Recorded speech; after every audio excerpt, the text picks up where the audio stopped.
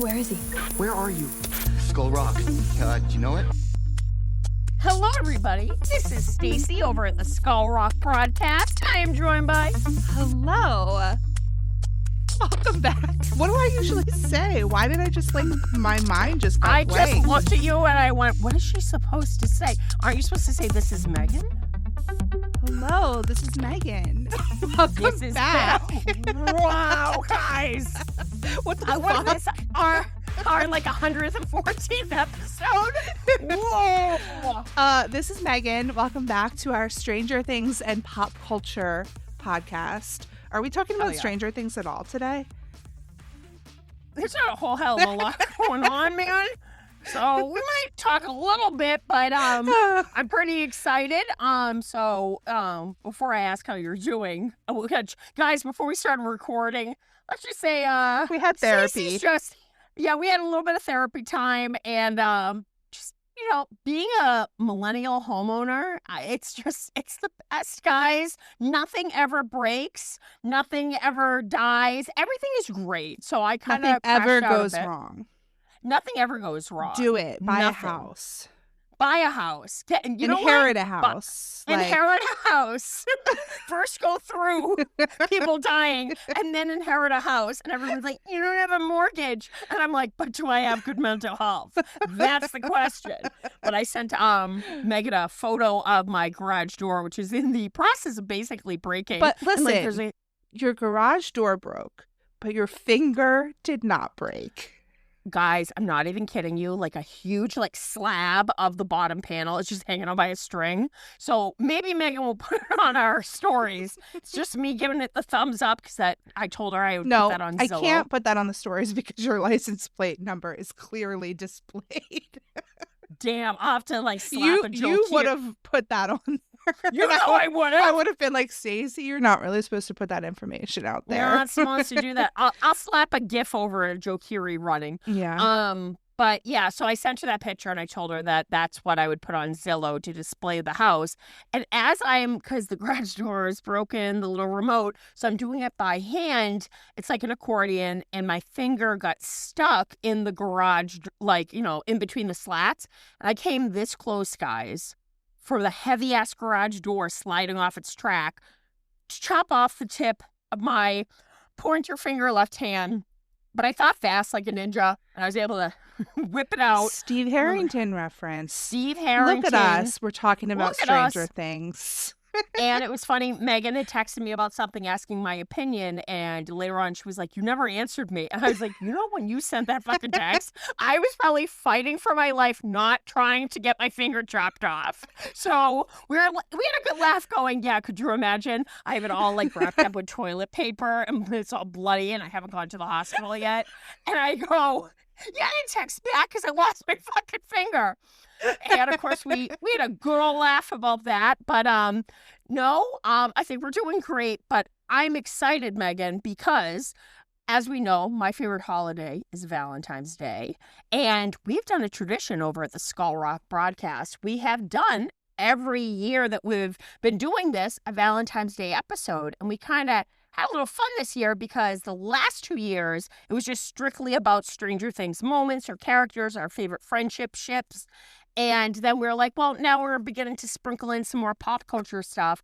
We're going to be doing our favorite, love stories, or couples and stuff. On-screen love stories. Yeah, so pretty excited because, guys, if you've ever listened to our holiday episode or our favorite summer movies. Our tastes are very different. The yin to my yang. Let's just say growing up in middle school, we definitely would probably not have been friends. You would have been like, you're a weirdo. And I'd be like, you would have reminded the teacher that they hadn't collected the homework yet. And I'd be glaring at you from across the room. No, yes, but... Bullshit. I did get in trouble. What I would get in trouble the most for, which this is going to track, was laughing at the kids that were bad.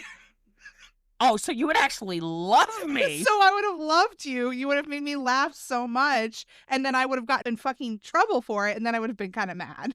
You would have loved me up until the point that the teacher paired us together to do a project. And you would have been like, motherfucker. fuck I her. would have She- gotten in so much trouble because I would have laughed at you.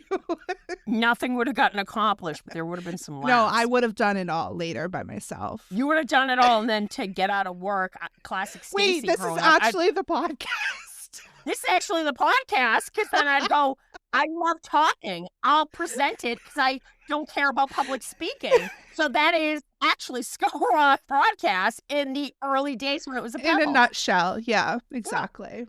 So basically, we're just like channeling our middle school selves for this podcast. How we would have been, yeah. Yeah, exactly. I did laugh, though, because it fits so perfectly when you told me that you watched Best in Show, which I'm dying to hear your thoughts in a second. One of my favorite Christopher Guest movies starring the late Catherine O'Hara, because Netflix uploaded a bunch of her movies with guests. And I've been trying to get Megan to watch that for a while now. And literally, I rewatched it this weekend, and just watching, I think his name was Fred Willard and the other guy, the two dog announcers, I went, it is literally me and Megan in a nutshell. She knows her facts. Me, I'm just spitballing, kind of being inappropriate, saying shit just off the fly, and you are white I knuckling think the it. guy at one point was like, "Yeah, I think you made that joke last year," and I was like, "I feel like I've literally said that to Stacey on the podcast." Yeah. But yeah, it's really funny because our friend Mandy shows dogs. Like that's like what she I didn't does. know that. Mhm. wow. She's like a dog trainer and dog handler or whatever. I don't really know anything about all that, but when we met Charlie from Hotel Mira, she told him about Mhm. that, and he said that one of his favorite movies was Best in Show. So I've been meaning to watch it ever since then, especially because you were like, "Yeah, it's so good." But it was pretty funny. I don't know, it stressed a couple parts in the beginning, like stressed me out a little bit. Like when they were having dinner with that kid like took the dog on the top of the roof, like And the dad is like, oh, I talk down people who are, gonna wait, and jump. what he, was that guy from? He's in a lot of things too. 10 Things I Hate About You. Yes, He's the the dad. dad. Yes. And then when he's like, I will gouge my thumb right in your eye socket. I was like, this is so stressful. Please stop. Oh my God. And I just like felt like something bad was gonna happen. Like I don't know why. Not like to Winky. I thought Winky something bad was gonna happen to Winky, or I thought like the RV was gonna crash with that like hound dog in it. Like I really liked that's Christopher Guest, right? That's Christopher Yeah. Guest, yeah. And he's like, so the cool thing about their movies, I was texting you this, I guess the scripts are typically like only like 10 pages and it's like a rough outline.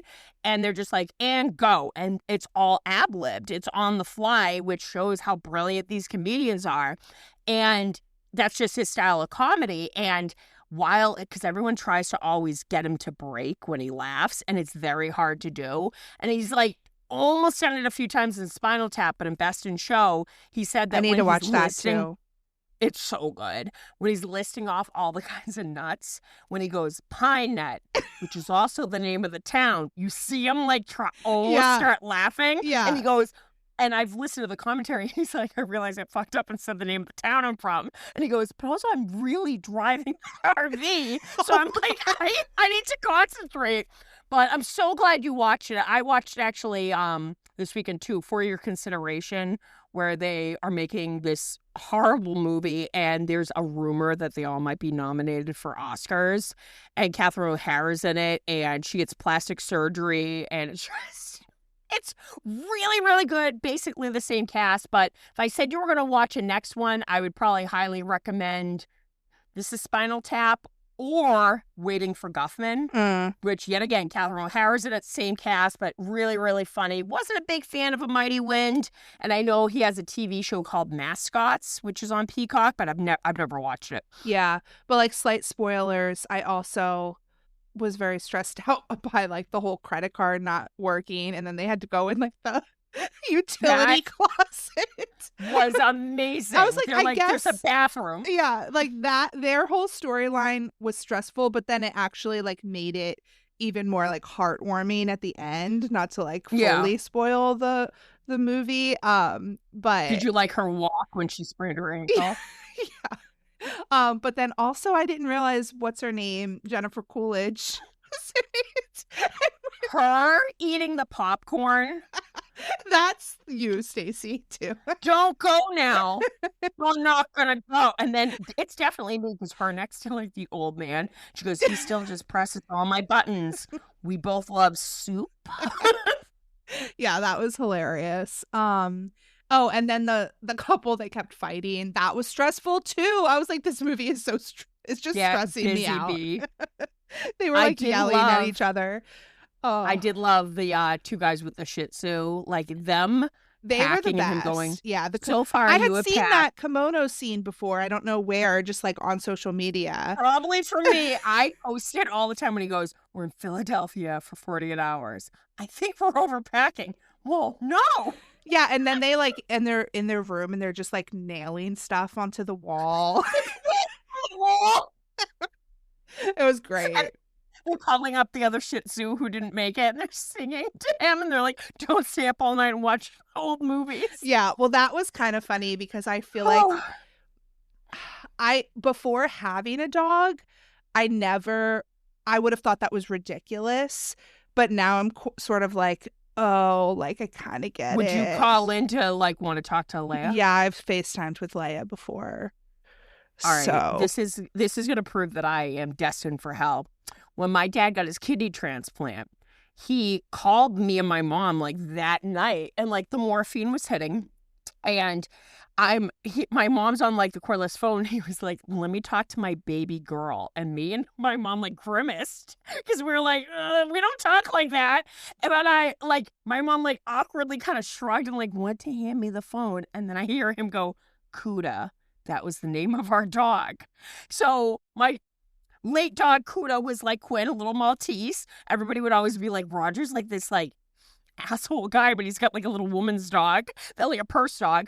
And literally I just look and I go, give me that fucking phone. So I grabbed the phone and I started going, and I hear him go, Tony, she knows it's me. And my mom is pissing herself. And I handed the phone back. And I think literally, like, I never told them that I did that. So I'm going to hell, guys. She knows it's me. I should have been like, Roger, when are you coming back from the hospital? And he would have been like, soon, Kuda, soon, baby girl. yeah. So I also really was rooting for the husky at the end, even though you didn't see anything about the huskies No. like handlers. I was like, the twist is going to be just like some random dog wins and it's going to be the husky. But Goodbye. spoiler alert, that did not happen. So I guess for the first time since 1989, the Doberman won in real life. oh, huh, interesting. Man, I always think of Father of the Bride with Steve Martin when they go to visit the like in-laws and they're like staying over for the night and there's two Dobermen and Steve Martin like goes to check something and he comes back and the two Dobermen are in bed with his wife Diane Keaton and he's like the dog puts its paw on Diane Keaton's hand. He goes, get your filthy paw off my wife. And the dogs growl and he has to run out of the room. Oh, that's really funny. Fast facts. Usually people think pit bulls, Doberman, Huskies. Actually, one of the world's dangerous dogs, and we're not, slamming this dog, but I guess you have to also, you know how like for insurance purposes. I would say Chihuahua. Oh, no, a Dalmatian. Oh, really? It's one of the, because I guess like people think because of, Disney and stuff, they're very friendly. They're actually very aggressive and they do not like children. And I guess like firemen back in the day really had to train them. So when you have one of those big dogs that could be a threat, I guess like Dalmatian is like number one. I'm like, who would have fucking thought? Yeah, my aunt and uncle had a Dalmatian when I was a kid, and it was not really like a friendly dog. It was nice. It wasn't like it mean, actually but tried to rip my face off, Yeah. but it was a nice dog. That's Megan. that's me with like everybody. You're like, they're kind of an asshole, but they they're might. nice. They're just like going through it. I don't know. Like, And I'm like, they deserve to die, Megan. And you're like, take a breath, Stacy. oh, all right. So, yeah. I mean, I'm excited for this episode as well. Me too, because you know what? Right now, I'm going through it, and you even said it right before we started recording. You went, Stacy, Valentine's Day is your favorite holiday, and the cherry on the sundae is you went. It's like the universe knows. Like I'm hanging on by a thread. There's going to be a Joe Keery movie in theaters, and I This told her that. weekend. what is keeping me alive is the image of his really just peroxide bleach hair with the roots showing. That is what, literally in American Beauty, when they're like, there's just so much beauty in the world, that is it for me. Joe Keery's bad bleach job. That's what's keeping me going, guys. So Cold Storage comes out this weekend. When you're Can't listening wait. to this, go see it. We need it to break box office records, guys. Go and see Cold Storage. Is that What was up with that face? Is that like a potential? Damn! Okay, I didn't know it was going to be that big. Play along with me. Let me live in my fantasy. My reel did get 1 million views, so I guess like I can't. It's gonna break Avatar's box office record because of my reel that got 1 million because of your views. reel. That's why it's got. Which actually, I think Avengers Endgame is what up until 2019, Titanic 1997 had been like the world domination. Had been the highest grossing film of all time. Endgame finally knocked it off, and James Cameron, the prick that he is, he went, finally something took to, which kind of was in poor taste. People died, James. Something finally sunk the Titanic again, and it was not an iceberg. It was Endgame. And I'm like, James! And then I think like one of his fucking Avatar movies beat that, which I'm like, nobody's seeing those movies, but whatever. So Cold Storage will be the next iceberg to just, take out the Avengers. Yeah, I guess so. The Dare to dream, virus, guys. I think it has a virus in it, right? I wanted to, so this isn't a spoiler, but there's a deer in it. It's featured in the trailer. Yeah. And the fucking deer is riding a fucking elevator. An elevator. And I wanted to get like deer antlers and like put like green paint on my face. So when I went to go see it, I'd By be the yourself? infected deer by myself. I could Tom Brady visit. And then I was like, I'm not going to tell them. And then I was like, well, maybe Rachel will go along with me. And then I'm like, this is fucking stupid. No, people are going to think something's wrong with me. So I'm like, because you, like, whenever you were like, who are those two assholes dressed up? And then you saw my tote bag and you're like, oh, Those I'm are not my surprised. friends. Just ask, going, let's go to the bathroom. Flame on. Like, You got to do things that make you happy. I'm not going to what? begrudge When your you garage that. door is breaking and you almost lose a finger, you sometimes just got to dress up and go to the movies. I think you need But, to have like removable antlers so that you don't block someone's view in the Could movie you? theater. There's this stupid moment in Ace Ventura 2 when Nature Calls, when he sits down. I And there's hate a Ace project- Ventura. Like, Me too. But this so- moment was funny. such a I hate it with such a passion. As a I kid, I so was like, quote- this is not funny. What the I so hell? quote laces in Dan all the time. And it's stupid. But in part 2, he sits down, there's a projector going, and literally you just see the like silhouette of his fucking head in the air, blocking whatever they're looking at. And he's like, oh. And back in the 6th grade one time, this cunt. Oh, I'm sorry.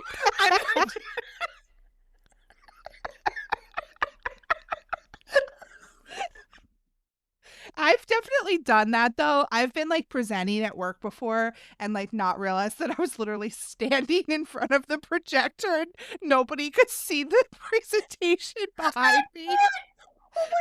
And like a whole cafeteria full of like families. I'm like, nobody was gonna tell me that I was blocking the screen.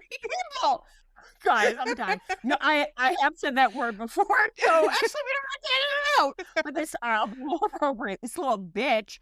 That's I so much remember- better. That's so much better. I remember we're Female in dog. Citrus, that this female dog, she ends up going, like, our science teacher goes, and you can tell this really chapped my ass that I can remember. He goes, can everybody see? And she went, I can't see because Stacy's head is in the way.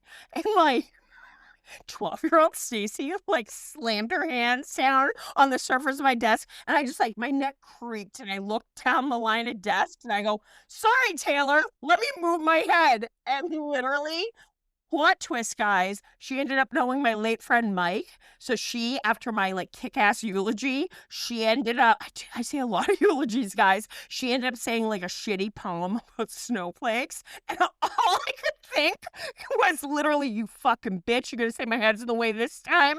So, don't get bitter, get better, guys. And also don't let your head block the projector. Or body. I was just standing in front of the whole That's thing. so embarrassing. You're like, if you look over here. Like, well, you can see here. No, you can't. Okay, should we get into our list? Oh, let's talk about get like, into what this. we're going to do, right? So Yes. we each have 5. I was having a hard time with only 5 because apparently I love. The panic-filled text. I have too many. So I have some honorable mentions and stuff too, but we'll go back and forth, right? Yeah. Do you want to start or do you want me to start? I will go first. Let me light this candle. Okay. So I'm going to go backwards. Number 5 for me, I went kind of against the grain in typical Stacey fashion. And my pick is 1992's Candyman. Isn't that a scary movie? It is. Is there a good Mhm. love story? So Melissa was telling me it wasn't a love story the other night. Jesus Christ. I'm like, shut up, Melissa. Eventually I will show it to you. It's actually written by Clive Barker, who did like the Hellraiser movies and stuff, and it's based loosely off a true story, and it takes place in Cabrini Green in a really bad area in Chicago, and it's about this grad student, a married grad student, who's like gonna write her thesis on urban legends, and apparently in this really bad neighborhood, there's the legend of Candyman, and if you say Candyman 5 times in a mirror, like Bloody Mary, Yeah. he'll come through the mirror. I think and kill Bloody you. Mary's only 3. Yeah, you I gotta was do it so 5 times. scared of that as a kid. Girl, you don't. That and Ouija boards, you just don't do, man. You Yeah, just don't do. no. Or you see Beetlejuice. Like, no. So, what she does is she goes, I'm going to debunk this urban legend. And this is actually based off a real case that I guess in these projects, these buildings, if you removed the mirror, the medicine cabinet, it's a hole that leads into the next apartment. Jesus. So I guess a few people got murdered by people coming through, getting access, breaking in that way. So she does her research and she's like, I'm going to debunk this because literally this whole like neighborhood is the legend of Candyman. And her and her friend decide just for shits and giggles one night to say it 5 times in front of the mirror. And the spirit of Candyman is actually very much alive. And he's like, and they fall the in love? reason, well, twist. And Is he this a starts making- spoiler? Like, should we not know No, this if we're going to see the I'm gonna movie? I'm going to dance around it, Okay, sweetheart. okay. But he kind of like comes back and he's like, the reason why my legend has lasted hundreds of years are the fear of me, and you're trying to basically make that go away. But there's a reason why their paths have crossed, because let's just say Candyman once was a man. And he worked as a slave on a plantation, and maybe he fell in love with the owner's daughter. And he was a beautiful painter, and he used to paint her, and let's just say maybe one thing led to another. And their affair got found out, and the way the owner punished him was by covering him in honey and letting the bees get him. Oh, Jesus. And his long-lost love, Helen, maybe this might be her. And it is heartbreakingly beautiful. It really is. It stars the late Tony Todd, who was just so good, and Virginia Madsen, who was gorgeous. And it's almost like a gothic love story in a way, because it's almost like here are these two kindred spirits. You know, one clearly has gone a very bad route and the other one has no idea why she's being targeted. But it's tragically beautiful. It ends kind of on a sad but dark but kind of justified note. And then in 2020, Jordan Peele, along with this very talented female director who just directed 28 Years Later, The Bone Temple. She directed it, and it was like a spiritual sequel to Candyman taking place like 30 years later. And that was the first time I came back to the movies after the pandemic. What was it and called? it was Candyman. Oh, okay. Yeah, and there's been like shitty sequels from the 90s that you just ignore, but it had a lot to do with Black Lives Matters and stuff, and very important subjects that still ring very true. And Tony Todd was able to actually make an appearance in it, and it's so beautifully made, and it's just a sequel done right even after 30 years. Yeah. But something about these two actors and their tragic history, it was, really him when he was alive, maybe her great-great-great-grandmother. It's tragically beautiful, but with a horror twist. Melissa will argue with me that it's not a love story, but I could see if I ever showed it to you, you'd go, oh no, I get that completely. That's a love story. So Candyman, 1992. I love it. You look so unconvinced. You're like, okay, Stacey. No, I love it. Thank you. Cut to me being like, I'm trying Texas to like Chainsaw Massacre. make a funny connection though. So some of mine are movies, films, some of mine are TV shows. So my number 5 is going to be a TV show, and it's funny because it sort of sounds like that it's like her doppelganger. I already know where you're going with this. So Elena Gilbert and Damon Salvatore from the Vampire Diaries. Doppelganger, like her great-great-grandmother. It's like There's something like that. There's like a lot of doppelgangers in the Vampire Diaries. It gets way too much. Like, so it's interesting because like Elena has like multiple doppelgangers. One of them is Catherine, but it's like Nina Dobrev plays both of them, and it's like they're such different characters, even though they look exactly the same. That I feel like it's kind of impressive. Is it the same actress playing them? Yes, that's cool. That's good on her part. Yeah. So Damon doesn't have any doppelgangers, but Stefan also has doppelgangers, like Damon's brother. Whenever you told me, you were like, yeah, when what's the girl's name again? Helena? Elena. Pardon. When her and Damon get together, Stefan, or the fuck his name is, he's trapped in like a suitcase underwater. When did I tell you that? Yeah, when we were watching the Monster Squad, and you're like, but it keeps filling with water, and it keeps drowning over and over again. So they feel kind of bad, and I'm like, I think. Yeah, it's like the sexiest episodes where Damon and Elena have finally gotten together, and they're like having this like summer of like fucking, and then you realize that like.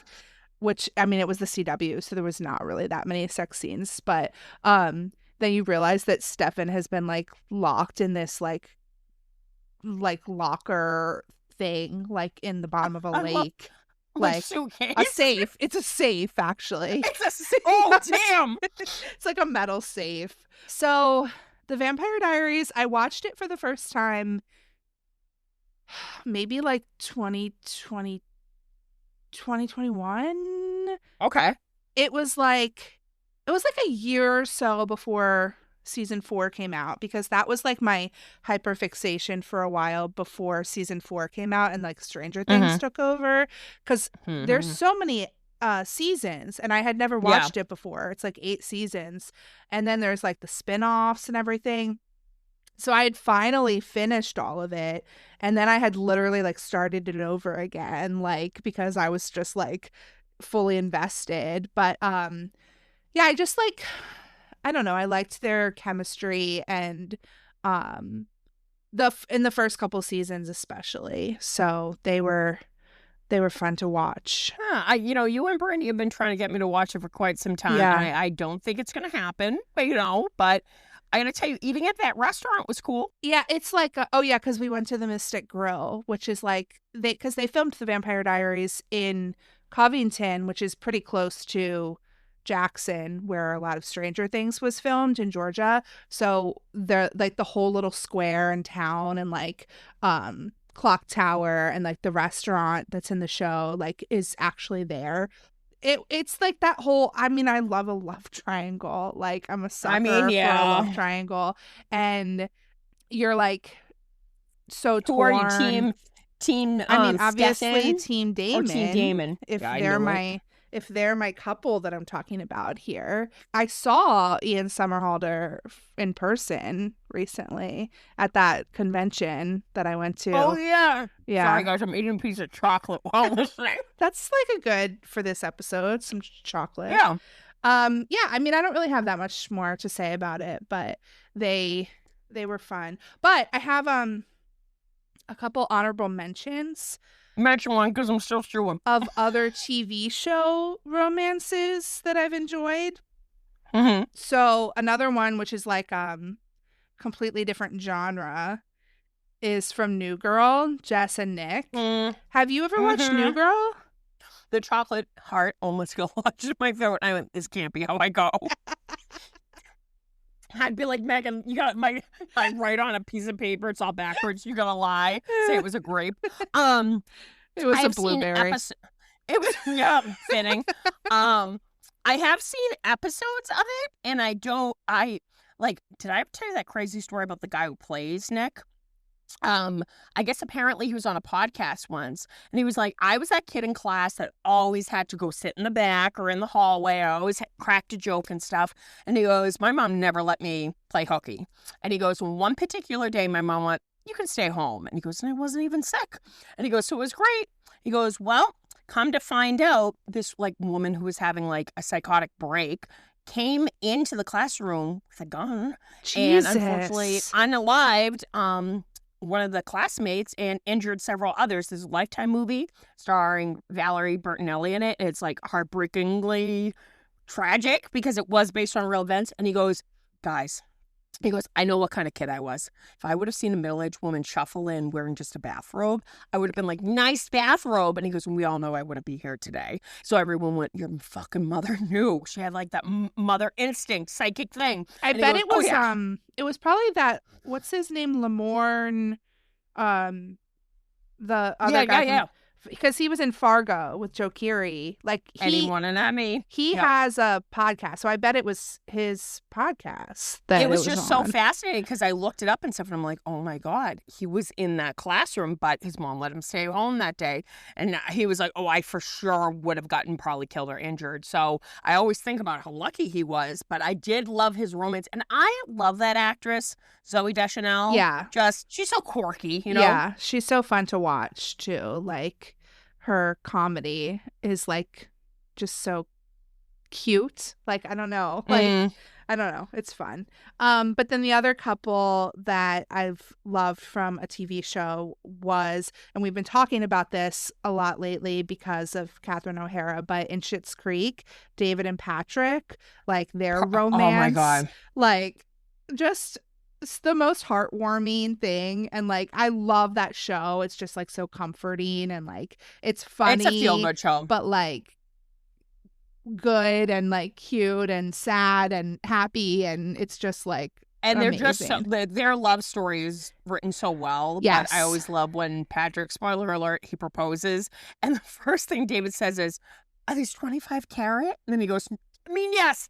Wait, and they're like, aren't they out hiking or something? They're hiking, Yeah. and David is beside himself. Yeah. And he's like, you know, you packed all the cheese, right? Like, it's just so good. And I always love when Patrick gets his like wisdom teeth out, so he's high on pain pills, and he's like, you should bake me a lasagna. And David goes, could you imagine? Isn't there like a whole storyline of like one of them getting a massage before the wedding? David, and he ends up getting a happy ending. I like died at that. So good. Oh, that So, and show of course, is him amazing. singing, both of them actually singing Simply the Best to each other, Oh which my you've God. seen the actor who plays Yeah. Patrick perform. Yeah, Noah Reed. He's really cool too. I got to meet him. and That's awesome. everything, so that was fun. Love that. Yeah, so those are my like TV couples that I enjoy. And of course, you know, Steady, you know. Yeah, but It that's fan fiction. No, it really happened. Guys, they fucked Bat behind the Eddie, RV. Bat Eddie came and rescued him Bat Eddie from definitely. the tower. I love that I sent you that. I was like, that's when shit fucking happened. That's what we all I just- wanted. Guys, the more I keep thinking about season 5, I just get angry. So we gotta avoid that topic. So my next pick is actually this quirky, like, independent movie, which it's so funny because usually Melissa always tries to recommend movies and TV shows to me, and I'm an asshole, and I'm always like, I'll watch it. Takes me forever, and then I eventually watch it and love it. And whenever I recommend something to Melissa, 99% of the time she'll hate it. And this one time I struck gold. I hadn't even seen the movie yet. I just saw the trailer and I recommended it. And it became one of her favorite movies. And she's even like met the cast. So I'm like, woo, woo. I didn't even know if it was good or not. And it's called Dinner in America. And it came out during the pandemic. And it's this quirky kind of love story about this girl who probably is on the spectrum. She's kind of a little weird and stuff. And she's in love with this hardcore singer who wears a ski mask. So his identity is a mystery. And she like always like sends him like just very inappropriate Polaroids. She always calls him her music boyfriend and stuff. And she cannot wait to see him perform at this like underground performance. I feel like I would enjoy this. This is really cute. And Kyle, I think his name is Gallagher, and he's a really good actor. He's actually this guy, but she doesn't know it, and they happen to like run into each other because he may or may not have lit a lawn on fire, and the cops are after him. So her parents are just as quirky, and they're like, he goes, "Oh yeah, I'm like a missionary." Is that what it is called? Not missionary? Yes, that's what it's called. Do you love that I paused and looked to you for help? I went, did I say that right? Because I guess the sex position is like named after, that's how they would do it. That's how they would do it, guys, with no noise and just really strong eye contact. So he says that he is and that he needs a place to like, house him for the time being because he's really hiding from the cops. And they're like, yeah, sure. And it's just so funny because like, he thinks like she's kind of a bit of a spaz at first and way too hyper.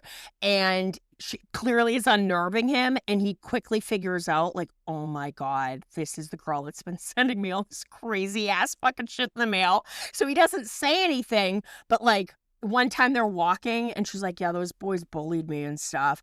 And he right away is like, we're going to get him back. So like literally he like throws it like roadkill on the bullies, and he keeps telling her, he's like, nothing is wrong with you, you're cool as shit. He finds out like her boss hasn't paid her in weeks, so he's like, we're gonna go and demand your fucking money back. So it's just really cute that like they at first you think like he's freaked out by her and he can't stand her, and then like over time he's kind of developing feelings for her and stuff.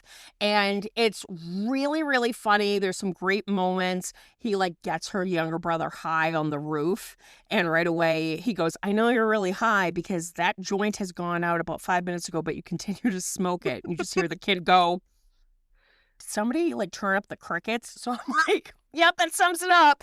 But it's really, really cute. And I think it's streaming on a bunch of platforms, but I think you would like it, Megan.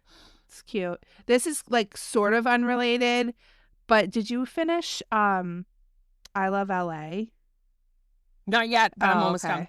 It just, when it's like mistaken identity and somebody sending stuff in the mail, like that made me think of the one girl's like dad who has like a stalker. Who's in the shower, and right away he's like, motherfucker, that killed me. Yeah, like I don't want to spoil it like for anybody who wants to watch it because it was kind of like a surprise like in that made episode, me laugh but like so hard. That was intense. And you watched the episode with Elijah Wood, right? Like I was telling my parents about that. Like, how did you know the quote? My mom was like, this sounds so weird, Megan. I was like, it was so funny. Him just crashing out going, are you guys naked under those bathrobes? Yeah. I was like, this is gold. That was the episode that sold me on the show, actually. Yeah. Okay, so my next one. Nobody's surprised. Romeo and Juliet. I'm shocked. I could have... Guys, I should have literally written down what I thought was going to be on your list. You should have made my prediction. You should have made predictions. 100%. I literally went, I know what she's going to pick. So, classic. Actually, I kind of want to like talk about just like this little Shakespeare thing that I have. Okay. Because I love Romeo and Juliet, but like also like, the story. Oh, it's classic. Like, it's a classic tragic love story. Like, I don't know why a lot of like oldest love story of all time. Yeah. And I mean, there's so many like, things that are sort of like based off of it. But there's so many adaptations and, interpretations and way that they've done it, you know, and some have been great, some not so great. And I think up until that one was made in 96, everybody kind of associated the one from the late 60s with Olivia Hussey. I mean, I was shown that in school. Yeah, same. But this director, he's the same director as Moulin Rouge and The Great Gatsby. And he is a very visual director. And up until then, he just made Baz. He had just directed. Did you ever Strictly watch the Ballroom. Australia? That Australia That's movie? the one movie of his I haven't watched. Oh, I've watched it just because I really like Moulin Rouge and Romeo and Juliet. So I was like, I want to watch it, but it's just like so long. There's a reason why I think it didn't do well, and just And I mean, I nothing like against Nicole Kidman, but like, nothing against her and Yeah. Hugh Jackman, but he had done Strictly the Ballroom, which I do recommend, and I think I might have watched it, but I don't remember it that well. I would have to very, rewatch very it. cute and Yeah. quirky. And then he did Romeo and Juliet, but then Moulin Rouge, and then obviously The Great Gatsby was amazing, and of course recently Elvis. But Romeo and Juliet, what I really loved about it was it's set in modern times, but what's the twist with it? How do they talk? Like they talk like the old English, like Shakespeare, which is really Yep. fun. Yeah. They call their guns their swords and Yeah, stuff. And yeah. it's just the fact that he did that brilliant choice, it really, really sold it for me. And I think that cover of When Doves Cry from the Children's Choir. Yeah. Just the music Banger. in it is so good. And it's just like you said, he's so visual. Like it's so visually stunning to watch and That fish tank scene. dramatic and in the bathroom. Oh my At God. the party. Yeah. I love it so much. Which that was in the bathroom? I think so. Could you imagine my stall accidentally opened, so these two are having this great moment, and I'm just in the background and you can see me on the can. I'm pretty sure it's the bathroom, but maybe I'm wrong. Maybe it's just I'm dressed as the cold storage deer. And I'm like, these two are having such a sweet moment. Not even bothering to shut the door. I don't know why I thought it was the bathroom. Maybe it's not. But so you know what? It should be. Moulin Rouge is one of my honorable mentions because Didn't we once sing the Elephant Melody? the whole You and me? thing on this podcast. That's why we click, man. Yeah.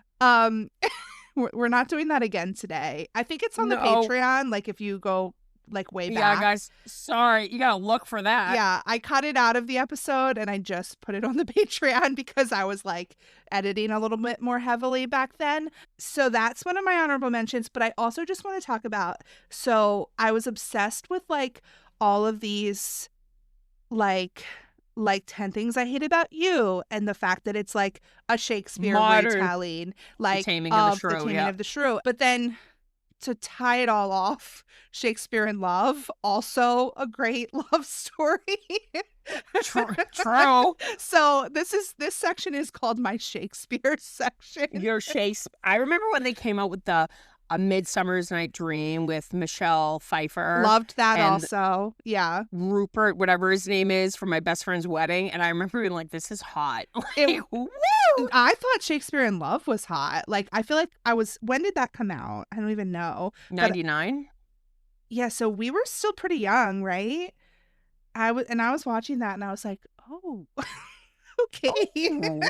This My is sister hot. would make me watch the Romeo and Juliet movie all the time. And I remember my mom would always be like, don't ever do that for a boy, girls. And I'm like, I know. But it's Oh. Leo. Yeah. But it's Leo. I do a lot for young Leonardo DiCaprio. A lot. Him and the knight armor and I always forgot that his friend gives him ecstasy, so no wonder he stared at the fish tank. Yeah. I'd be there the whole fucking time. Yeah. But him and Claire Danes had a really great chemistry. Even though everybody loves Titanic and is a beautiful love story, I think Romeo and Juliet, just the way it's done. Titanic might be my next one on my list. I'm gonna log off now, guys. I'm done. Did you ever see It's Bad? I can only send this to certain people because it was somebody they did what if Titanic ended realistically and Jack actually lived? And it's Because he him could totally fit on that door. Guys, it's so bad. It's literally like him showing her like the shit shack that they're gonna live in, and it's her with like all the kids dirty, peeling bananas, and she Well, sees he's like Billy out Zane. ice fishing. I fish it, and literally Billy Zane like pulls up with his Rolls Royce with his new fiance, and they like flip each other off. Like, it's really bad. So should I not talk? Should I just talk about Titanic now since we're talking Just about do it, yeah. I had posters of Leonardo DiCaprio all over my walls. I feel like we've talked about You and this Alexis literally are on the same the person. podcast before. I do have another honorable mention though. What is it? Dirty Dancing. Johnny I and mean, Baby. come the fuck on. Do you think that's better than Titanic? Should I I mean, pick that over Titanic- Titanic? All right, so Titanic is a banger. I even feel though, like why do I like these tragic love stories? Like, yeah, because they don't really end. Like No. Leo, like But the man cannot stay alive. yeah, maybe I should like go with Dirty Dancing because at least it ends happy. Like, I mean, girl, if you think about it, Billy Zane put a ton of cash and the heart of the ocean in that pocket. So like, cha-ching, I like. But Dirty Dancing, I do love that Jennifer Grey and Swayze really fucking hated each other, but that made for great chemistry. yeah, And, you know, Spaghetti Arms. it's so good. I would start crying if Patrick Swayze was mad at me trying to teach me how to fucking dance. I'd be like, I can't fucking do this. But just something about it like taking place in the 60s with that soundtrack and stuff. I try to watch it every summer. I love it. Yeah, it's so good. And I mean, I know I have like 20 movies Of that course I'm you do. naming That's here. why we love But you. if we're talking about Dirty Dancing, I also really liked Dirty Dancing Havana Nights. I'm logging off. But Diego Luna is so fucking hot, okay? I mean, he's pretty to look and at. it's I will admit Cuba. that. Like, and they're dancing, and it's so fun. And then they're having sex on the beach. Like, I love that you're like, it's Cuba. Nothing screams sex more than Cuba. it's so hot. Like, it's so good. Sorry. Havana Nights, you've heard it here. This is how my brain works because now we're talking about Diego Luna, and I want to talk about Y Tu Mama Tambien. You did tell me about that once, and you went down the rabbit hole with me. We went on an adventure, you and I. I think I just sent you like the scene from the end to watch. Probably It was hot as fuck, though. Yeah, that movie is really good though, actually. So okay, I'm done with my little like rabbit hole train thing here. It was fun. I'm glad I went on this journey with you. So that was two of mine. Titanic and Romeo and Juliet, but we talked about like 20 movies in there, so we're good. I mean, Leo was stealing hearts, guys. He really was. He was. You know? My next one is a quick one, which you're gonna like roll your eyes at, and people may argue with me. My next one is John Carpenter's / Stephen King's Christine. It is a love story. That boy loved that car. So it's like Okay. basically Steve Harrington and the BMW. Exactly. Don't you touch her. And he, you know, it's just so funny because like he, you know, finds out that the car's name is Christine, so he continues calling it Christine. And there's a moment where literally like his girlfriend is like, I don't like this car. I don't like making out in this car because every time we make out, the car stalls. And he goes, for God's sakes, you know, girls should be jealous of other girls, not, you know, guys' cars. So she slaps the interior and he like his demeanor stops and he goes, don't do that. She goes, don't like me slapping your girl. Guys, literally, they're at the drive-in and like something happens with the windshield wipers. So he has to get out and she's eating a cheeseburger and she starts choking and literally like all it will play is 1950s music on the radio. So it's like We Belong Together starts fucking playing and the lights get really bright and she's choking and the door's all locked. So you think like, oh my God, she's going to choke on the cheeseburger. Luckily, somebody else in another car sees and gets to her and gives her the Heimlich. And later on, she's just so shaken and like looking at her boyfriend like that. And he's like, I'm sorry, I panicked. You know, I could have given you the Heimlich. And she goes, but you didn't. You didn't give me the Heimlich. That stranger did it. Like, I can't see you anymore unless you get rid of the car. And literally, like, he's just like, everybody hates my car. And then his friend one night takes a ride. And he's like, oh, we're taking the old rust bucket. And he goes, you better watch it. My girl's real sensitive about it. Say you're sorry. And he's like, sorry, Christine. And guess what? The car takes care of any bully or anybody that crosses her owner, her man. And it's pretty fucking horrific. And let's just say, it's very tragic. Does this you know, love story end better than Titanic? No, it's horrible. Like, spoiler alert, something may happen to the driver. And the last thing he does, literally, it's him. Like, he might have gone through the windshield. He reaches and lovingly Spoiler. strokes the grill. Oh, please. Like, it's going to take years to make you see it. And he lovingly strokes the grill. And then he tries. And literally, he had to touch her one last time. Like, it is the most twisted version of a love story. But he loved that damn car, guys. So yeah, Christine. All one of my right. favorite Do you movies. want to do another one because we got off topic, or do you want me to go next? Other bangers, like I said, I love Lunatics: A Love Story with Ted Raimi and Deborah Foreman. About like just two crazy people that fall in love.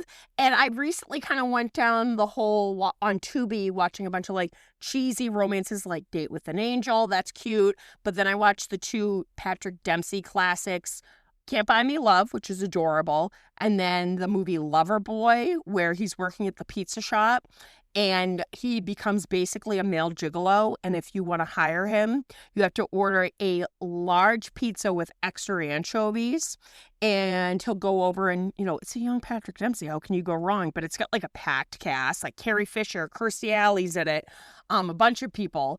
And I used to think it was a large pizza with extra sausage. So I was like, that would have made more sense. But then my friend proved a good point. A lot of people might be actually ordering that. And I go, yeah, Patrick Dempsey's like dropping his pants and there's a family of 5 just sitting at the table. Yeah, so not as many people would really want the anchovies, I guess. Exactly. Gotcha. But that's a quirky, fun, you know, little romance. Yeah, that sounds fun. Have you ever seen, I think it's called The Spirit of Christmas. Did I tell you about this one time? I feel like maybe on our No. holiday episode, I might have mentioned it, but it was Remind on me. Netflix for a while, I think. It was sort of like a Hallmark type Christmas movie, but it was like the spirit as in like a ghost. Like, so like this woman like goes to this like inn or something and like it's like haunted, and but then the ghost ends up being this like really hot guy. So Is there ghost sex? I don't think there's sex. And somehow he has like a body and stuff. Like Okay. you have to watch it. Like so he can only exist on the property of the house. That's usually a trope with the ghosts. Yeah. They can't leave. Yeah. So Remember Hot Frosty? yes. I watched that last year on Christmas with Melissa, and I went, if she fucks the snowman, I go, I am done. And then everyone started making memes going, you know how he watches HGTV and he gets really good at fixing stuff? They go, what if he watched like true crime all day? What would happen? That's funny. Okay, so I have 2 more. My Go for it. next one is actually another TV show, but it's TV show based on books, which I've also read all of the books. I'm actually not caught up with the TV show, but it's Jamie and Claire from Outlander. I've never seen Outlander. Outlander is amazing. The books are really, really good. The show is really good too, and it's really well made, but it's like there's time travel. It's funny because before the show even came out, my friend had like the first couple books, and she like lent me the first one, and she was telling me about it. But it's like in the Scottish Highlands, so like there's these like standing stones that are like, you know, mystical or something. Love a mystical stone. So she ends up like going back in time. Claire does, and from like I guess it's like the 60s Okay. to the like 1600s. I don't know. I'm not very good with the history part. Damn. Okay, wait. So where did she go back in time? Because that's a big difference. The 1960s. to the 1600s. She's she lives in the 60s. Like, that's where Okay. she's from originally. But then she Okay. goes back in time to like the late 1600s or 1700s. No indoor plumbing? I Yeah. would literally kill myself. Yeah. And then she gets like captured. And then there's this, actually, speaking of doppelgangers, like her husband in the 60s has this ancestor that is his like doppelganger, but he's like a real bad guy. Like, he does some bad stuff. Like, That's not good. We don't like that. yeah, but like he looks it's the same actor, obviously. Like, he looks exactly like her husband. So she has a husband too, but then her husband is not Jamie Fraser. And Jamie Fraser is like the man, like, of the world. Let me look what he looks like. Well, and you know what? The thing is, like, Sam Heughan, who plays him, is very attractive and who does a really, really good job. But like, nothing really, when you read a book like that, nothing really like ever lives up to the image in your head that you have of this person. So let me see. Oh, okay. Yeah, that'd be worth risking the non-indoor plumbing for. Yeah, look up Jack Randall. I feel like you would know the actor. That's her husband. I feel like he's been in other things. Oh yeah, he looks super familiar actually. Right? I don't know what else he was in before that, but he always looked familiar to me. Oh, I definitely fucked the husband for show. Not Jamie? I mean, I'd fuck both of them. Yeah. Eiffel Tower in the field where we just shit, like, because, there's no indoor plumbing. Oh, I love that for you. Yeah, Jamie and Claire are like, and then it goes over like the course of like decades, this like epic like saga. So like in the more recent books and show, it's like the American Revolution. Like, they end up going to America. And it's like the British fighting the Americans. They're all dressed like the Patriot. Yeah. So I'm like, yeah. So okay, all it's right. my dad really likes it because he likes like the historical fiction element of it. But like the books are also very like romance. Like, Melissa told me she started watching it and she liked it, but then she said one particular season there's a lot of rape, and I cracked the joke. yeah. Outlander more like Rapelander, and it didn't land. No. So... Like, Claire, this is a spoiler, but also I feel like people should know about it going in, sort of like a content warning. I think it's probably like season 5 or something like that, but Claire like does get raped by like multiple people. It's like this Oh my terrible God. thing. Yeah, but I mean, Jamie kills them all, so. Well, you know what? Good. Good. Because that's what your man does. That's what your man does. And you know what? I hope he was lighting a cannon and blowing all their heads off. Yeah, and Good. there's like other love stories in it too, because like, oh, well, this is kind of a spoiler for like the first season, but like Claire gets pregnant, but then she has to go back through the stones. How are you going to explain that? Yeah. Going back through the stones, guys. I'm trying to keep a straight face. All right, so how do you explain that? So she comes back. She's been missing for months. And because there's like this big battle that's going to happen, and Jamie thinks he's going to die like in this battle, because a lot of like Scottish Highlanders did die in this battle. Why did I just laugh at that? I'm sorry. You're a terrible person. Because it's all based on like real events. So Claire comes back from being missing, pregnant with some other man's child, and then she raises that kid with her husband from like before she went back in time. Does he go like, whose fucking kid is this? Or does he think it's his? I think eventually he sort of like figures it out.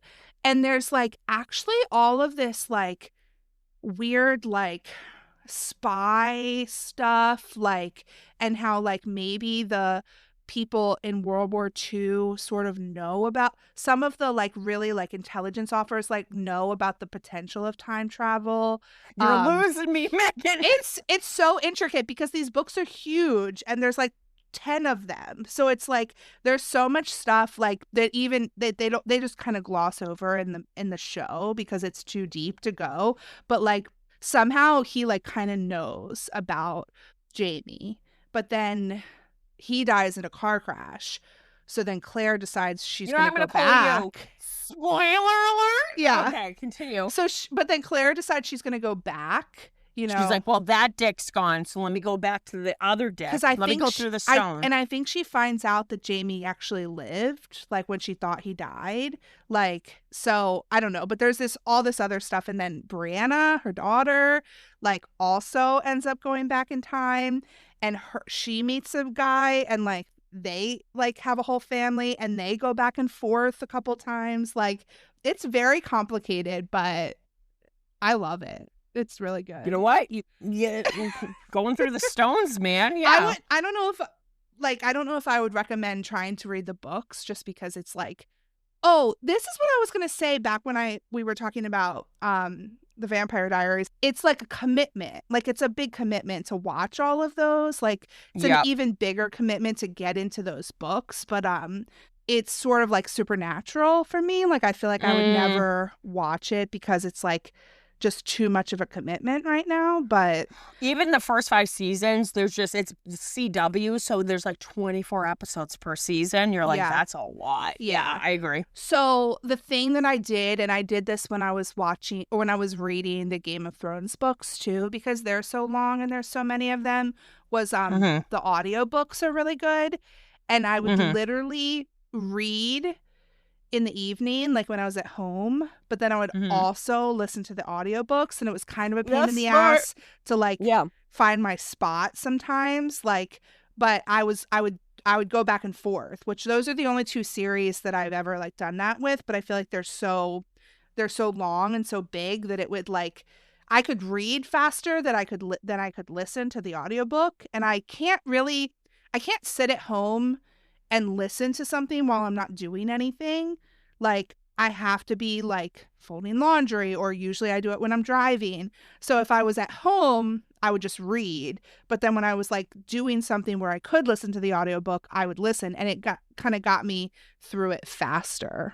I don't know if that makes sense. No, it does. It totally does. Yeah. So Outlander, Love Dicks it. Through Stones. But love I mean, the past couple seasons I haven't watched yet, just because I like got out of the routine of it, and they were releasing like 1 episode at a time on Stars, and I don't have Stars. Like, I need to that's always tough.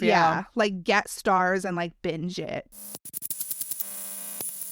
So I was originally going to pick Horde, but then the more I thought about it, I was like, Horde's really not a love story. It's actually about 2 kind of mentally ill people that really should not have been together. And I think it's more about a mother-daughter relationship than anything. And the love story is sort of the romance, or the Joseph Quinn's character is sort of like secondary to like. It really is on what's going on with her and her mental illness. And then like almost like the cycle never breaking of just tragic, toxic mental illness. Yeah. So I decided not to pick that. So that's one of your honorable mentions. That was one of my honorable mentions. I was like, yeah, I can pick that. But I decided to pick Miracle Mile, which is from the mid-'80s, and it stars he's the guy Anthony Edwards, who was on ER, and he was in Top Gun, and I think her name's Mare Winningham. She was in St. Elmo's Fire and stuff, and the cute thing about this is they're co-stars, and then 40 years later, they're now married in real life, which I'm like, adorable. I think I've mentioned it too before, but he's a saxophone player that's in LA that's going to be playing in a concert. He happens to run into her at a museum. They hit it off. They spend the day together, and he's like, oh my God, this is my dream girl. And they make plans to meet up later that night, and just it's shot so cool in downtown Los Angeles in the 80s. And what ends up happening is, I think like it shows a pigeon. It's making a nest on the like power wires over his hotel, and he sets an alarm, and he, goes to sleep. And what ends up happening is the power goes out, and he sleeps through his alarm. So when he wakes up, it's hours later. He feels like shit. Oh, no. And he goes to the diner where they were supposed to meet, and like the waitresses know her. And he's like, I swear to God, I slept through. And they were like, she was really upset, like that you stood her up. And they're like, we're not going to give you her address. So he does have her phone number. So he's like, I'll call her and try to apologize. Goes to the phone booth. And when he picks up the phone, there's a man on the other line who's panicking, saying, "We finally did it. We finally do it. They're gonna They're gonna drop the nukes in less than an hour. The Russians." And he's like, and then you hear gunshots, and he kind of like is in shock, and he goes inside and he tells everybody, because it's a 24-hour diner, what he heard. Some are like, "You're joking. That's not real." Other people start getting nervous. And the remainder of the movie is he has less than an hour. And soon everyone starts finding out, and there's like traffic jams and just chaos erupting of him needing to find this girl, his dream girl, before the nukes drop in Los Angeles and they can get to safety. It is so intense, but it's a love story, and it's literally him refusing to give up, and palms were sweating the entire time, and it's very, very heartwarming. But I do just love that these two actors, like, they work together, they're co-stars, they're friends, and then 40 years later now they're this adorable older couple. And I'm like, oh, That's so cute. Miracle Mile, guys. That sounds good. What year did that come out? I want to say it was 85 or 86. I'll send you the trailer. It's really good. Yeah. Is it a good trailer? It's not going to give it away too much. Like, No, it's a good trailer. And this director like only really made 2 movies, and then he made Cherry 2000, but how in the future you basically can have like a sex bot, which sounds terrible, which is kind of real. And they look like real dolls. They're human. And who he loves, Cherry 2000, him and her start, because she's the perfect woman, they start having sex on the kitchen floor. The dishwasher starts leaking. Sounds like my house. And she short circuits. oh no, And Cherry. Poor Cherry. And like Lawrence Fishburne's in it. And he's like, and this was made in 87. He's like, "Sorry, dude, we don't make this model anymore." And then someone's like, "There's a place," because it's supposed to be in the future, Las Vegas, which is like covered in sand now, that there's a warehouse and there's a Cherry 2000 that you can get. You can like implant the chip and it'll be your Cherry again. So nobody wants to go to Vegas, and Melanie Griffin's in it, and she's got like red hair. She's like, "I'm a bounty hunter. I'll take you to get your sex bot." And it's like, but yeah, that's also That's your recommendation as well. I guess so. I mean, it's also a romance with robot sex. But guys, why don't you stick to Miracle Mile? We'll leave it at that. All right. How embarrassing. Your sex bot short circuits due to the dishwasher. I mean, I can see it happening. Yeah.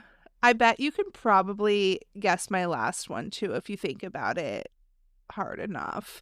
And there's not much to say, and I'm totally going to give it away if I say one thing, but I'll just say it. We're going to ignore the sequels because it ruined it. Oh, Who's my favorite couple of all time? Han Solo and Princess Leia. Yeah. Guys, do I know my friend or what?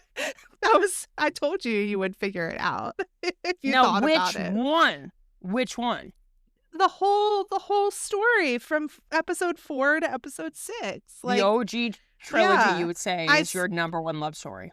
well, I just love Han Solo and Princess Leia. Like, I love you. I know. Like, Could you?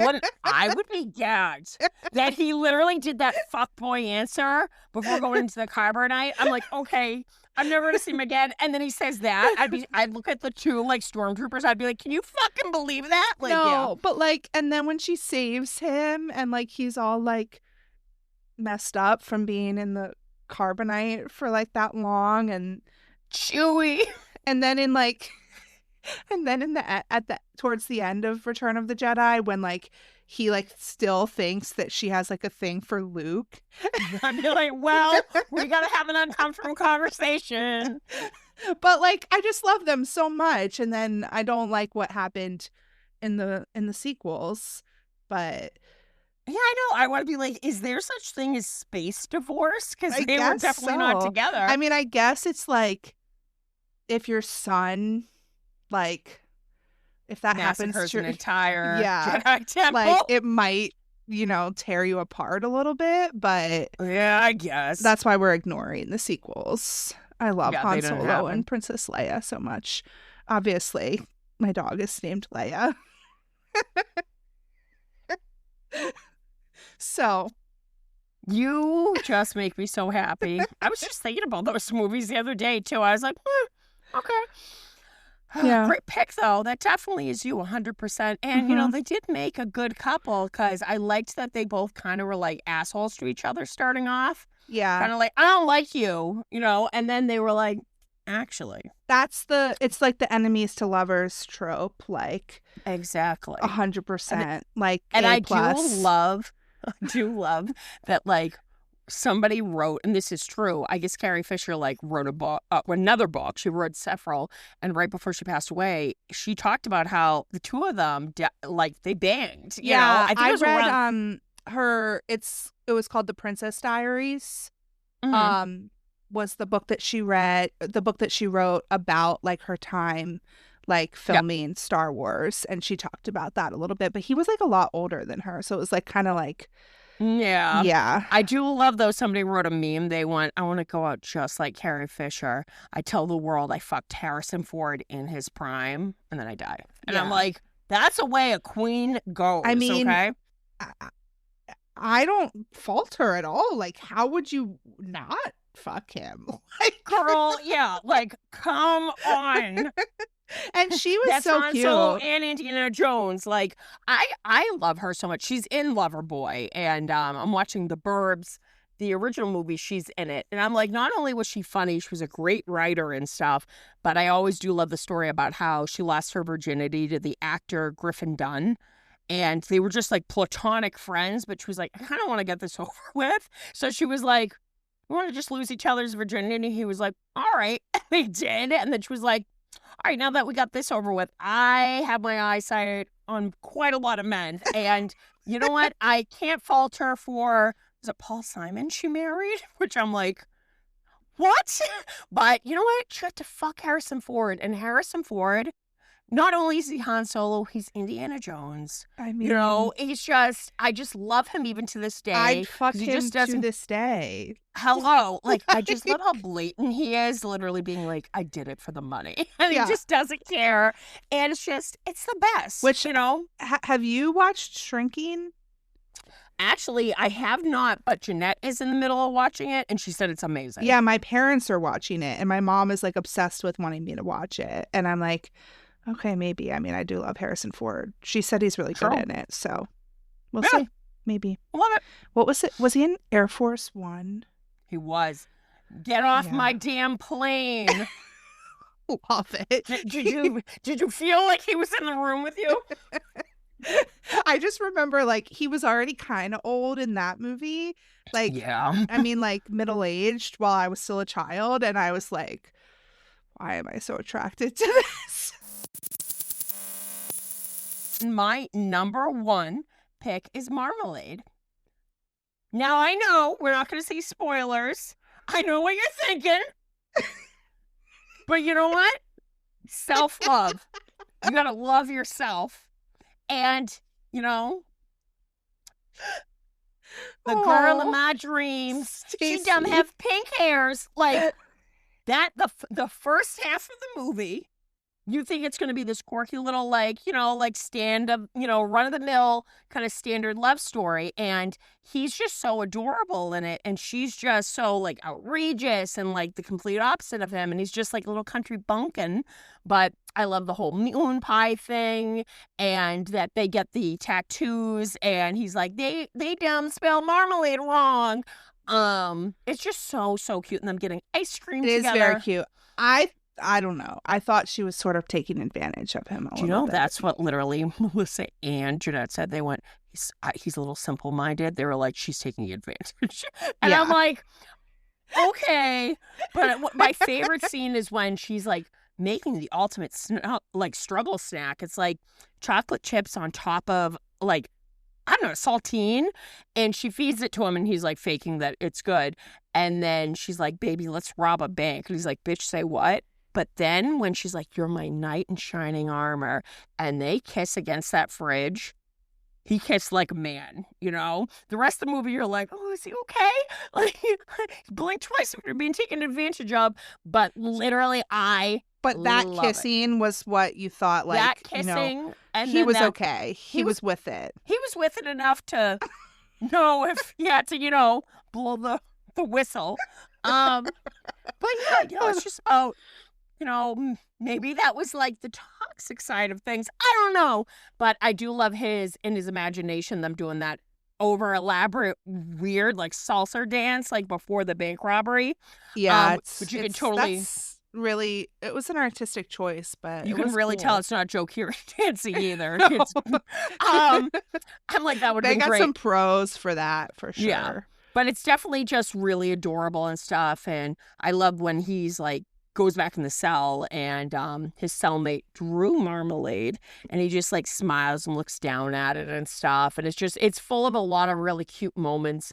And I give it to both actors because they did such a great job. And it's one of probably my favorite movies of all time, but it's definitely something, I think when it came out a few years ago, it came out around Valentine's Day. So I always try to watch it around Mother's Day for obvious reasons, but I always try to watch it around Valentine's Day because I'm like, I respect Keery for not, for turning down kind of the quirky romances, the cookie cutter shit people wanted to, make him be a stereotype in. So instead he did movies like Spree and this and stuff. And this might be as close as we can get for a romance for the time being because I don't really count Free Guy. But that was really, really cute. And I just love an offbeat romance. So that is my number one for my favorite holiday, Valentine's Day. The love story in Free Guy, though, is pretty good. Yeah, the twist which I told you my ex spoiled it for me. I would be so mad because that twist is so cute. Guys, spoiler Like, don't alert. spoil it. Don't spoil it. Let's just say he revealed it when he came to visit me, and already in my head I was like, I'm dumping his ass when he flies back. But that sold it. That officially sold it when I went, Yeah. I told you I hadn't finished it yet. And he went, oh, yeah, sorry. And I went, you prick. Like, guys, that's really what ended it for me. The other movie that this just made me think of, though, what was the movie that Dacre was in that was like a cute Broken little love Hearts story? Gallery. That's a good one, too. I'm surprised that That's wasn't an on your honorable mention. list. Yeah. I actually thought about watching that the other day because I forgot that I bought it on Amazon. And I went, oh, my God, I loved this movie. And that would be a good one to rewatch around Valentine's Day. It was cute. Him and the lead girl have really, really good chemistry. Yeah. I know he's going to be in that Faces of Death movie with that Barbie, whatever her name is. Like, I can't watch anything else that he's in because he's just doing stuff that's too dark and scary for me. That's the thing. And then I always think, like, we could have had a meet and greet with him, but he had to make that movie with Bill Skarsgård. Thanks for taking your career seriously, mister. But, yeah, that was definitely an honorable mention. But, yeah, just, every once in a while, even though my choices aren't standard, you gotta watch a nice little rom-com. Yeah. And I have to say, your picks, few of them I could see coming from a mile away, but they were very Megan-coded. And, you gotta mix it up sometimes because, love is love, man. Yeah. Well, there's all kinds of love, so it's fun. Oh, well, this was really fun. This was fun, and I know we got some stuff coming down the line. We got a cool giveaway we're definitely going to be posting about soon, but we just want to wish everybody a happy Valentine's Day. And Megan, where can they reach us? Good job. You can find us on social media, most places, but we hang out mostly on Instagram at Skull Rock Broadcast. I'm at Steady Stories, and Stacy is at Stay Still Reviews. We also have a Patreon. We mentioned it a couple times throughout the episode with like bonus content. If you want to again, find us singing the Elephant Love medley duet, it's there. It's bad. But guys, if you want to hire us to sing the Elephant Melody at parties, we're available. Our prices are kind of high, but we're available. I loved listening to the episode with Kelly last week because literally we all were singing the whole time. It was so bad. At one point, you want no singing during this episode, but we continued singing. Even you started singing. I was singing. We were just singing. Yeah, there was nonstop. a lot of singing. If you haven't listened to that episode yet, fire. So good. It was a lot of fun. But yeah, we're in our season 5 of the podcast. Eventually, we are going to talk about season 5 of Stranger Things, but we're in no hurry. Yeah, no, I'm gonna have to need a cigarette for that. So we got some fun have to stuff start planned until that smoking happens. before we do that. We have a hookah, and we're literally like, we gotta gear up. I'll get some candy cigarettes. Sick. All right. Well, I think that's good for today. All right, well, guys, happy Valentine's Day. Remember to pop in a good movie, and Eat some chocolate. Eat some chocolate. And guys, I know for those who haven't seen Christine, no, he doesn't fuck the car. All right. Okay. Over and out. Sparkly red hearts for everybody. Over and out.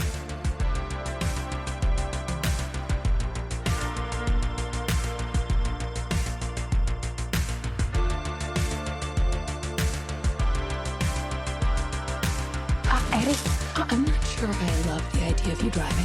Oh, I'm starting to suffer. Harrington's got her. Don't you, big boy? So we couldn't, not do a secret segment on our Valentine's Day episode because Of we have course. to talk about Steady. There are forever Valentines. The ultimate love story. They And are. I do have something that I've been reading, and I don't think I've talked about it yet. I can't remember. Now I'm like second guessing myself. But anyway, this is our secret segment where we talk about Stranger Things fan fiction. So if like fan fiction is not your thing, feel free to turn it off. We'll talk to you next week. See ya. Bye. Get out of here. See you later. Bye. But if you want to hear what we've been reading lately, you can stick around. Have I told you about bear hugs? No. Okay. For some reason, I feel like I told you, but maybe not on the podcast. I might have just like told you, like informally, because I don't think I've talked about it on the podcast. But I've never heard of but it. it's they were professional hockey players. You have mentioned that, but you haven't gone into detail about what it's about. So they were goalies, and it's really cute because whoever wrote this fan fiction, I forget the author. Maybe Steady As She Goes. I'll cut it out if that's not correct, but I think that might be correct. Mhm. They like are really into hockey, and there's these Ooh. two actual goalies that would like do these like hugs, like hug each other, like a big bear hug, which was like they at the beginning they were like, if you've never seen this, just like stop what you're doing, go like YouTube them and then come back. So obviously I did that, but it's really cute. Like they're very like supportive of each other, and like I guess a lot of times in hockey, like the goalies are like competitive. Yeah. So it's these two kids because they're really young, but like they're professional goalies, like on the same team, but they like hug after every game or whatever, and like in their big like goalie gear, it's like cute to like watch them like hug each other. But it's based on them, and it's like Steve and Eddie were these like goalies together, but then and they were like childhood best friends and like went to college together, I think, and they like knew each other for a really long time. But then like Steve got injured and had to stop playing and ended up having a daughter. So it's single dad Steve, which I know you love. Girl. And then they kind of reconnect and like are getting to know each other again. And like, Oh, you're sending me that link tonight, yeah, honey. it's Yep. really, really sweet. And I'm still reading it, but and I'm like, it's going pretty slowly, but like just because I haven't been reading it a lot, but like it's one of those ones where I'm like excited to read a little bit every night. So yeah, so that's what I wanted to talk about. Perfect I love Valentine's that. Day. That gets me Thick. excited. I love that. Yeah, it's really Oh good. my god. The great unironic. I remember I reread the Valentine's Day Experience, which is hot with a capital HOT. That is very hot. Those chocolate and chip I forgot cookies. that they're making and you made the chocolate I chip did. cookies, which I think is adorable. But I reread that and I was like, oh my god, this is so goddamn hot. But I read it because of Valentine's Day. But I read two stories by the same author, Lovesick in Loch Nora and Nothing with You, by Red Oak Tree. Lovesick and Loch-Nora is Eddie, name has been cleared, and Steve is trying to help him apply for jobs, but he's still having a hard time due to what had happened. So what they end up doing is almost like a Dear Abby kind of thing. I have read that. You have read that. Yeah, I have read that. It was really cute. And like he's they submitting do it to the newspaper, and Nancy works to at the newspaper. Yep. Yeah. And Nancy helps them, and they're doing it Dear Evie. Yeah. And he's giving really great advice, and they kind of fall into this routine because he always uses Steve's father's word processor, and it's a slow burn, but they fall in love, and it's very cute. And remember I was like trying to look it up to see if I had read it last time, and I didn't find it, but because as soon as I talked about it, yeah, and it wasn't smutty, guys. It was just like cute. It was fluff. But the same author did this called Nothing With You, and it's a little more smutty. It's a little more, like steamy. I might have read that one too. Tell me about it, the plot a little bit. So him and Steve and Robin move into an apartment, and Eddie's coming over all the time helping him fix things around the house. He's teaching him how to fix things around the house. And then yet again, it's a slow burn of them, Steve being like, am I developing feelings? And they do end up together, spoiler alert, but every chapter is a month in the year. So it's just really cute. And I haven't finished it yet. I think I'm actually up to the month of February, and they finally got together, and it's really sweet.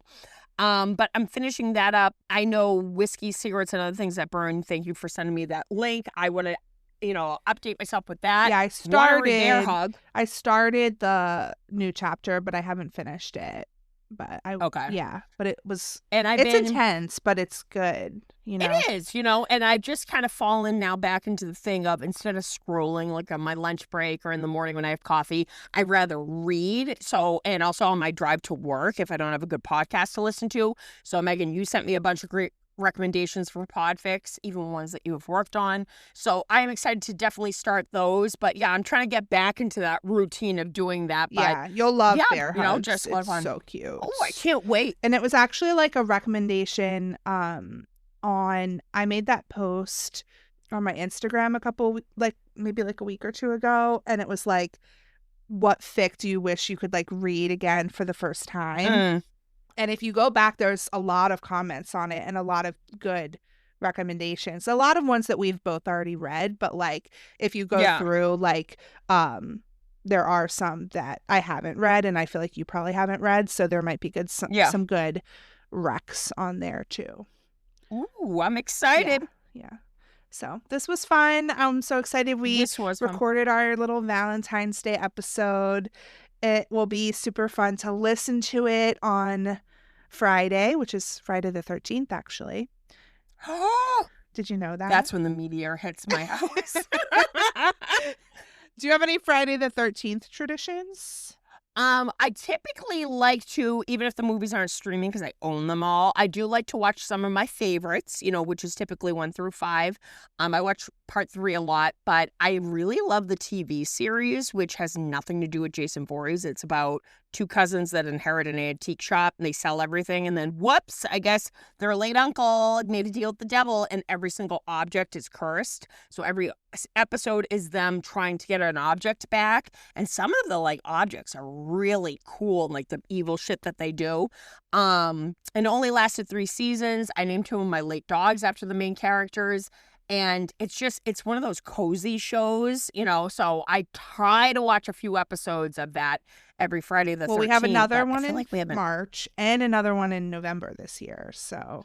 Guys, we are getting so spoiled. I was just about to say, I felt like we haven't had one in forever. And I'm white-knuckling it to get to February break. So you know what? You just made Stacey even happier knowing we have that to look forward to. I love it. I knew you would love that. I love that. You know what? Keep going, man. But happy Valentine's Day, everybody. And I hope you had a lot of fun. And we definitely would love to hear some of your choices because, you know what? Love is in the air. Love is in the air. Peace. Peace.